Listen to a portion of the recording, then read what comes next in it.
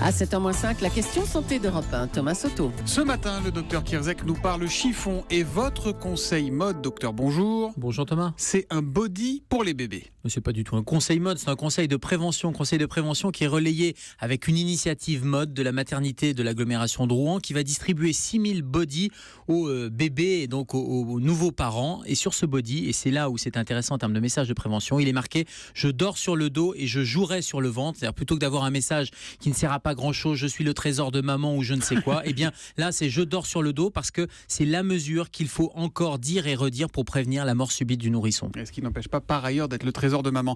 Qu'est-ce qui se passe quand on dort sur le ventre, donc comme il ne faut pas faire sur le ventre? Alors la mort subite du nourrisson, dans 9 cas sur 10 malheureusement on n'en a pas la cause. En revanche dans 1 cas sur 10 il y a une cause qui peut être respiratoire, et notamment quand les enfants, les bébés dorment sur le ventre, et bien leur voie respiratoire risque de se boucher tout simplement parce que le bébé a la tête qui est soit sur le matelas, soit sur l'oreiller, soit éventuellement avec un drap qui recouvre, et donc ce sont les voies aériennes qui vont provoquer une obstruction et une asphyxie. Donc pour éviter cette cause-là, dans les années 90, il a été conseillé de mettre les enfants sur le dos, et rien que cette simple mesure de faire dormir les bébés sur le dos a diminué de 75% le nombre de morts subites du nourrisson. Alors parmi les objections qu'on peut faire, c'est quand on dort sur le dos, quand bébé dort sur le dos, il a le crâne plat au bout d'un moment. Oui, alors c'est ce que certains parents disent ou pédiatres disent. Alors pour éviter ça, le deuxième message c'est je jouerai sur le ventre, parce que évidemment quand ils dorment sur le dos, mais en revanche il ne faut pas qu'ils soient, quand ils jouent notamment en journée, quand ils sont tout à fait réveillés, il n'y a pas de risque d'asphyxie. À ce moment-là, il faut privilégier plutôt de les faire jouer, de muscler la nuque, de muscler l'arrière aussi du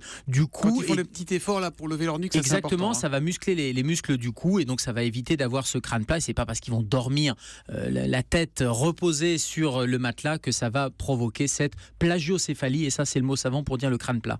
Il y a des signes avant-coureurs de la mort subite du nourrisson ou pas? Malheureusement non. Alors il est communément admis que quand il y a des malaises, quand l'enfant a un comportement un peu inhabituel, ou alors de la fièvre importante, il faut un examen médical, il ne faut pas négliger ces signes-là. Et puis surtout il faut rappeler qu'il ne faut pas donner en automédication chez les nouveau-nés des médicaments qui pourraient avoir des effets secondaires. Donc là il faut montrer un médecin dès qu'il y a des petits malaises, un comportement anormal ou une fièvre, il faut consulter. Bon docteur, est-ce qu'il existe d'autres conseils, des conseils, je sais pas, de température dans la chambre du bébé pour éviter ce drame de la mort subite? Oui, alors il faut veiller à ce que la température de la chambre du bébé soit comprise entre 18 et 20 degrés, pas trop surchauffée. Il faut bannir tout ce qui est oreiller, couette ou des draps dessus, parce que l'enfant pourrait les tirer et les mettre sur son visage, et là aussi il y a un risque d'asphyxie. Il faut faire l'acquisition d'un lit bébé rigide à barreaux qui est stable, avec un matelas qui est ferme.